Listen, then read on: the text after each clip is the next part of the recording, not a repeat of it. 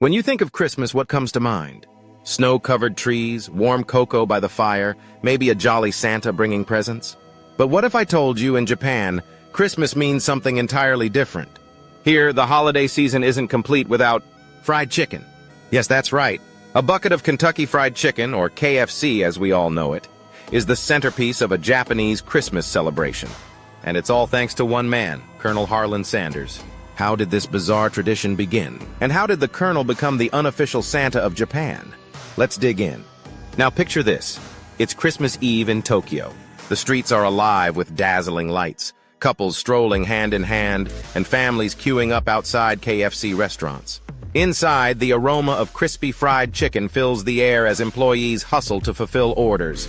Kids excitedly clutch their Colonel Sanders-themed Christmas buckets, while parents snap photos with the Santa-clad Colonel statue outside. It's a scene so surreal you'd think it was straight out of a marketing fever dream. Yet for millions of Japanese families, this has become the quintessential Christmas experience. So, how did fried chicken, of all things, take center stage in a country with little historical connection to Christmas? To answer that, we have to go back in time and explore how a combination of clever marketing, cultural curiosity, and pure chance turned the Colonel into Japan's holiday hero. The birth of a bizarre tradition, it all started in the 1970s. Back then, Christmas wasn't a widely celebrated holiday in Japan. With less than 1% of the population identifying as Christian, the holiday held no religious significance. Instead, it was slowly gaining traction as a fun and romantic event inspired by Western culture. Sparkling lights, festive music, and a chance to exchange gifts. But while the imagery of Christmas was appealing, there was one big problem. What do you eat? Enter Takeshi Okawara, the manager of Japan's first KFC. Legend has it, Okawara overheard a group of foreigners lamenting the lack of turkey for Christmas dinner. Inspired, he had an idea. If the Japanese couldn't have turkey, why not offer them fried chicken instead? After all, it's golden, crispy, and festive in its own right. Okawara quickly put together the Party Barrel, a special Christmas meal that included chicken, wine, and cake. The idea wasn't just to sell chicken, it was to sell an experience, something that felt luxurious and celebratory. At first, it wasn't an instant national phenomenon.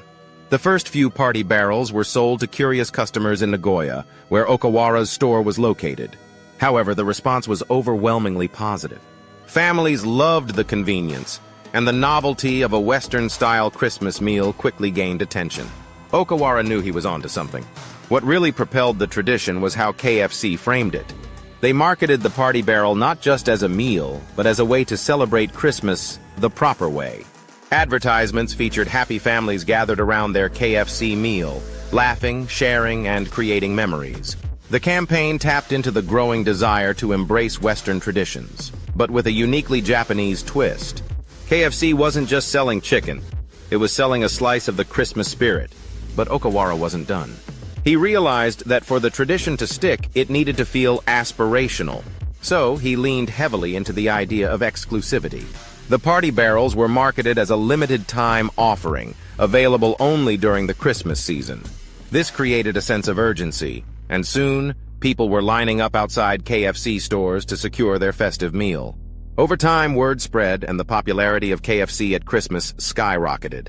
By the late 1970s, it wasn't just a regional curiosity, it was a full-blown national phenomenon. Families, couples, and even friends began adopting the tradition of enjoying KFC on Christmas Eve. What started as a clever marketing ploy had officially become part of Japan's holiday culture. And the cherry on top? Okawara's bold move to dress up Colonel Sanders as Santa Claus himself. The life-sized statues outside every KFC store were adorned with red suits, white beards, and festive hats. It was quirky, it was endearing, and it made the Colonel synonymous with Christmas in Japan. By the end of the decade, KFC had firmly cemented its place in Japanese Christmas tradition. And what's more bizarre than that? A holiday feast centered around fried chicken becoming one of the most anticipated events of the year in a country where only a tiny fraction of the population celebrates Christmas for its religious significance. Marketing genius. The real genius came in the form of a nationwide campaign in 1974 called Kurisumasu ni wa Kentucky, or Kentucky for Christmas. KFC marketed the idea that Christmas wasn't complete without their chicken. They even dressed up the Colonel Sanders statues outside every store as Santa Claus, a tradition that continues to this day. The campaign was a massive success.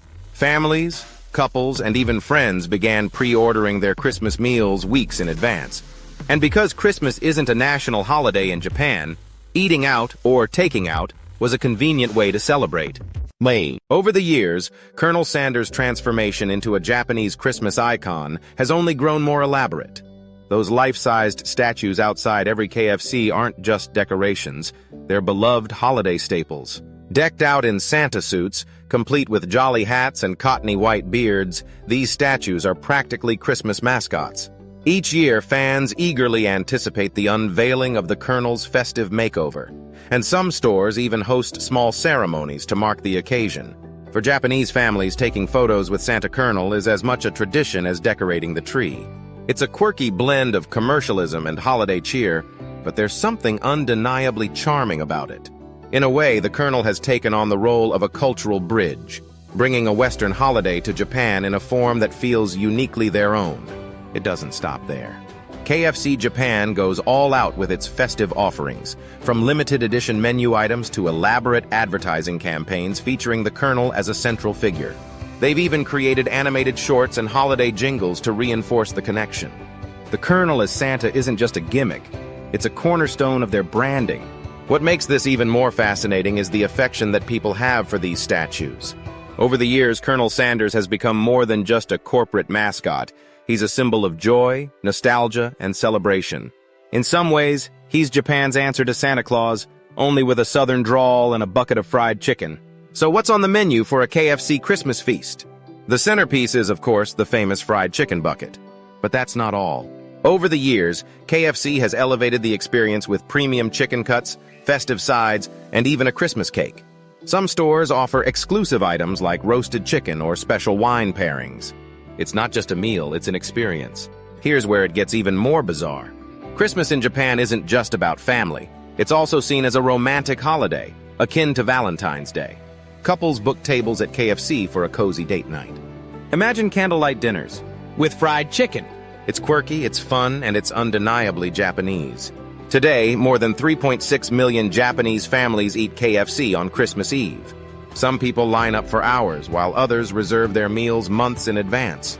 It's a testament to how a simple marketing idea can transform into a cultural phenomenon. What makes this story so fascinating is how uniquely it blends cultures. Christmas in Japan isn't about religion. It's about togetherness, fun, and, of course, fried chicken.